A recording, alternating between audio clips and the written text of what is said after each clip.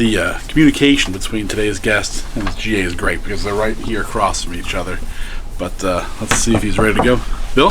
Yep. Ready to go? Let's do it. Got something to drink. You want coffee or you I'm not a smoothie guy? I'll do a smoothie. I'm All not right. a coffee guy. All right. We'll do Coaches on Campus getting smoothies today. Coach, do you need a coffee? I got my coffee. All right. Let's head up. After you.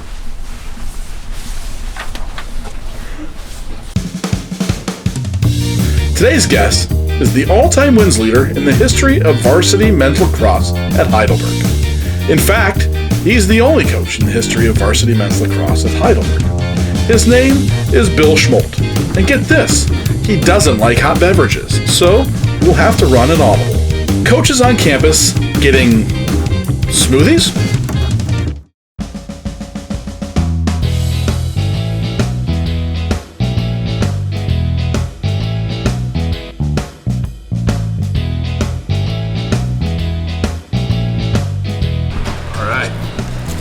Thank you, Gail. Appreciate it.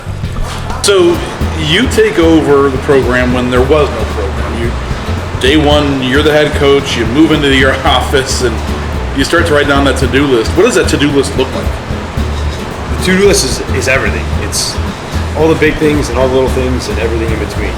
And you start kind of piecing together where we're going to be, what do we need, who's going to be there. And so you build up.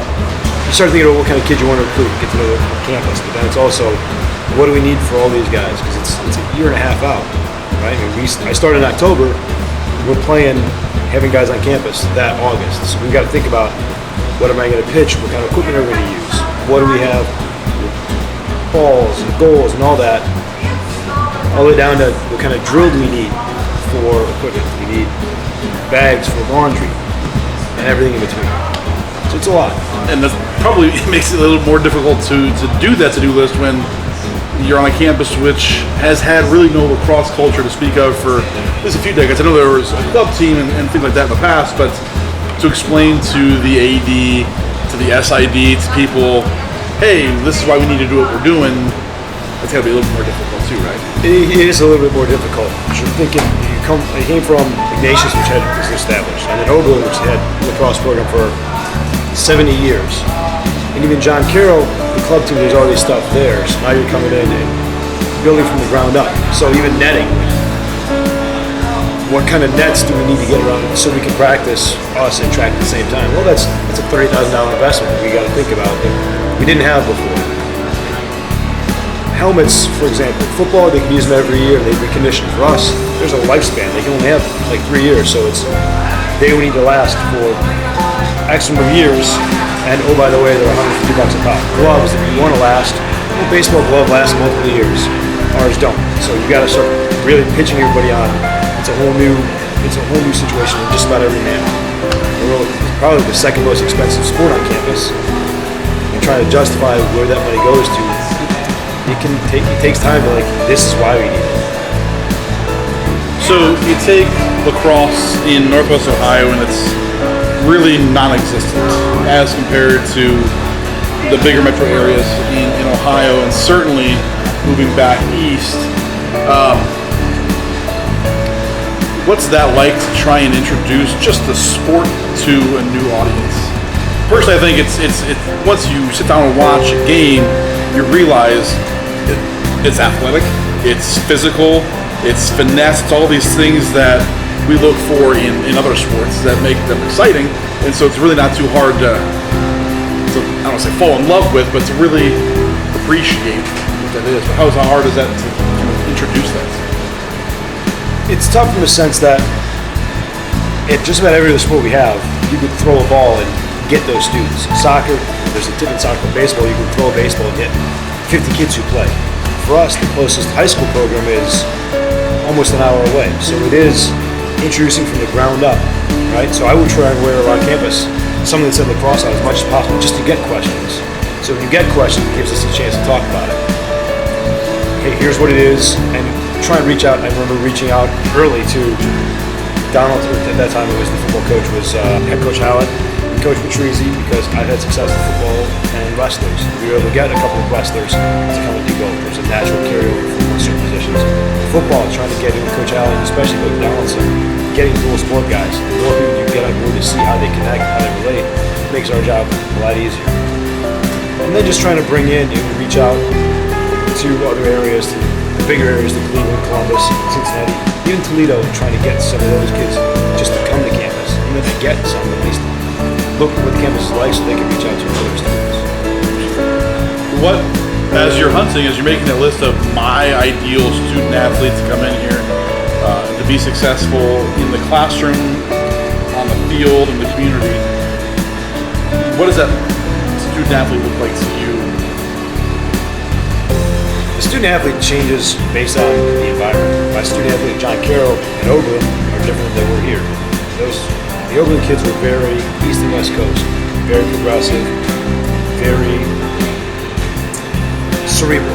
And I intentionally wanted kids who were intelligent but also a little more blue collar, a little more tough. That's why I like the dual sport guys, getting wrestlers. If I can get 10 hockey players, I love it because they're gritty and tough and they'll do what's asked. So we look for guys who, we talk about three things: effort, accountability, and toughness. That's our mantra. Effort, accountability, and toughness. You can teach skill, you can get guys to be quick, you can get kids to be stronger, but they've got to be accountable, they've got to put in max effort, and they've got to be tough. Because we play outside from mid-January, and then we play outside in the fall when it's 95 degrees, so you've got to be mentally and physically tough to handle. You're getting beat with a metal stick. You know the sport around here has that. You're getting beat, like you're literally getting beat on a regular basis. You've got to be able to handle it. I don't know how you guys do that. To me, I also don't know what quantifies that was a slash or that was a check. It's okay. Our refs don't know that either. They're still trying to figure that out. That makes a bunch of us. Aim for that skin right between the eye. You're fine. Well, let's head over to the stadium, take a look over there, and keep chatting. Sounds good. So we're here in the Fox Den now at the stadium, and there are nights when we're upstairs doing the stats for the game that we look to see what the attendance is, and we don't see anybody in the stands. No, would you come because inside? It's pouring down rain. Right. But in here, it's packed. Yeah, at fire fire code capacity. So you have like 3 home games in February. Like let's be warm, let's be smart, but let's enjoy this. Yes, exactly. So, what is it like on game days here? On those games when they're close, they're tight. There's a lot of students here. What's that like? It's a really great environment. The players, we keep the sideline on the other side so that players can kind of pay attention to what's going on the field and still see who they're supporting. For the close games, the crowd makes a big difference. You like that energy, having the support there from the get-go. We start on game day. For a 1 o'clock game, we're here to walk through at 9 a.m. So we walk through at 9, the guys go to breakfast, 9:30 to 10, then there's shoot around from 11 to 12. And then that hour to kind of get mentally ready is great. You see people come out and you get the fans in the stands, and you can hear the support on a goal, you get the good music to support you. It is a boost. It helps us communicate, helps the players stay focused, it helps us as coaches reinforce the stuff we're going through, because a lot of times we're saying, the fans are saying as well. Parents who've been here for years, they know what's going on. We hear them upstairs as well. Yes, it's not. We have some very vocal minority fans who know what they're doing or know with the game and make sure to make it clear they know the game. One of the things that I think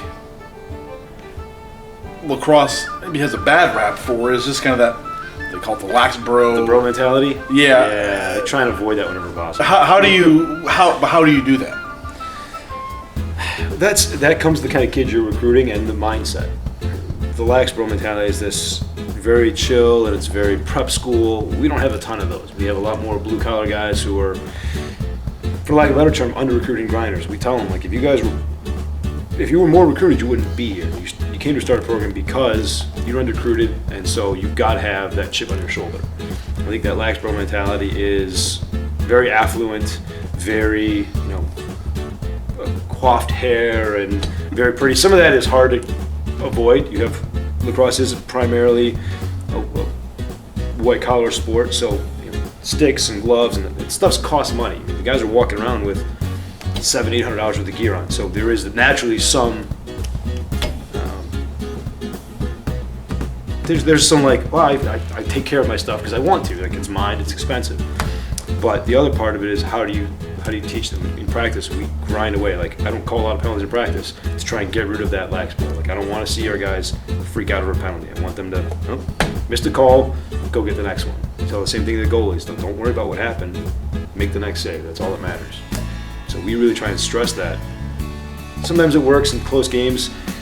Yeah, guys' emotions kick up, but for the most part, every team that we've played over the last 3 years, referees tell us our guys play hard, they play physical, they're tough, they're smart. Like, they don't like teams, even when we get beat, don't like playing against us because we tend to be very, very aggressive.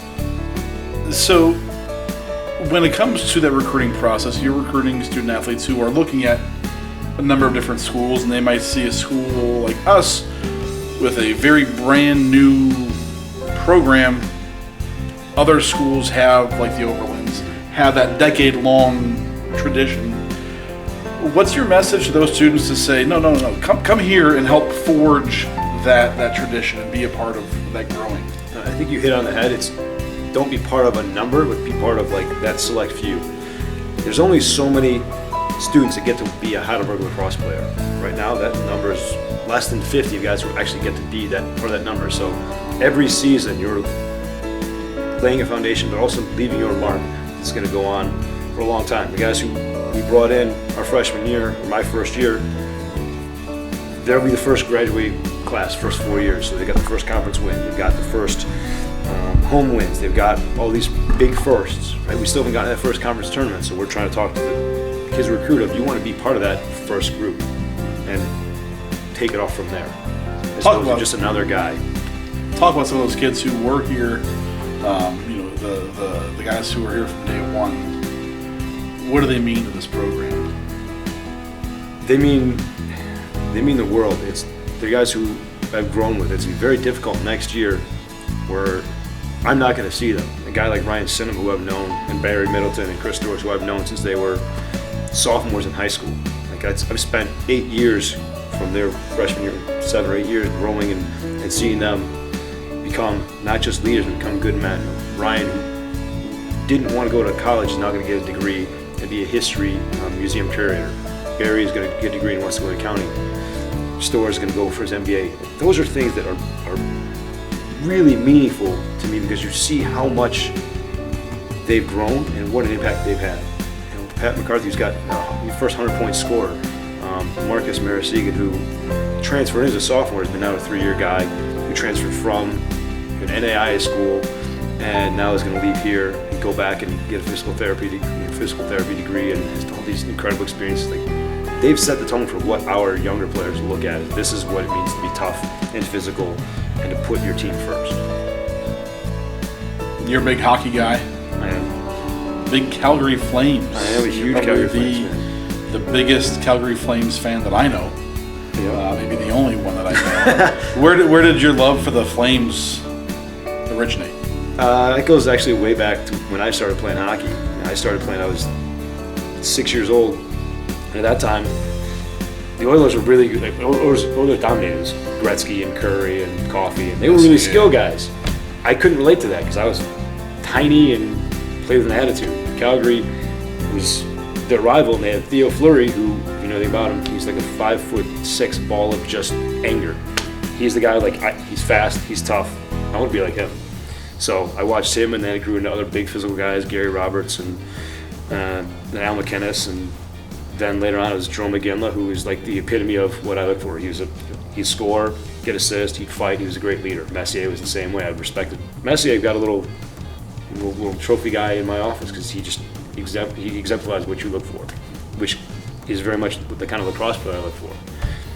Every coach sees the guy who's really skilled, but some of the guys we have, Hunter Edwards, who's grown to be really skilled, has a tireless work ethic, he's a great leader, has a motor, and just puts his team first. Those are the kind of guys that I gravitate towards, and that's what I've always loved. What Calgary guys I liked, and still now.